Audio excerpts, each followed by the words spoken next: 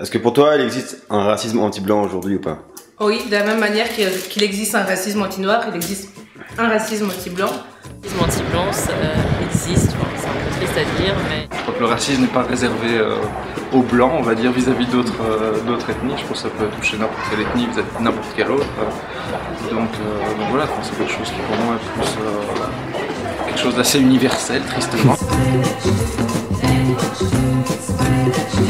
C'est un phénomène qui doit se développer petit à petit de par la sédentarisation, certains modes d'habitat où les gens sont plus groupés les uns sur les autres. S'ils se retrouvent plus entre eux, la peur de la différence peut aussi à mon avis se développer quand la normalité est de voir une personne de sa race, pour dire ça comme ça doit pouvoir exister.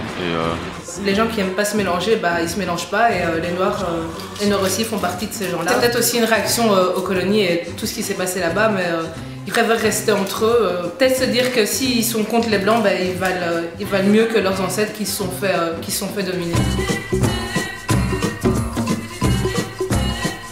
Non, on m'a jamais traité de sale blanc, j'ai jamais vécu ça moi-même, mais j'ai déjà entendu parler beaucoup de personnes qui disent que ça arrive.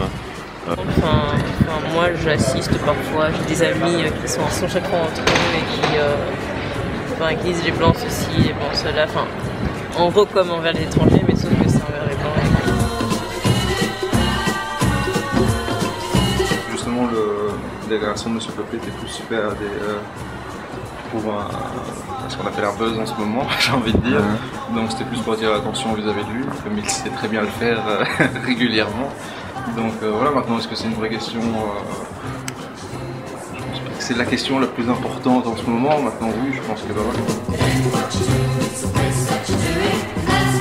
Je pense qu'effectivement c'est pour récupérer plusieurs voix électorales, parce que quand même, ici par exemple en Belgique, à Bruxelles il y a beaucoup d'étrangers quand même qu'on peut récupérer pour les votes, et je pense que oui, la classe politique donc peut récupérer ces voix. J'imagine avec les extrémismes qui montent au pouvoir et tout ça, les politiques qui doivent essayer de rattraper un minimum d'électorat ou autre, voilà, qui commencent un peu à parler de ça pour se mettre des gens dans les poches. That's what gets results.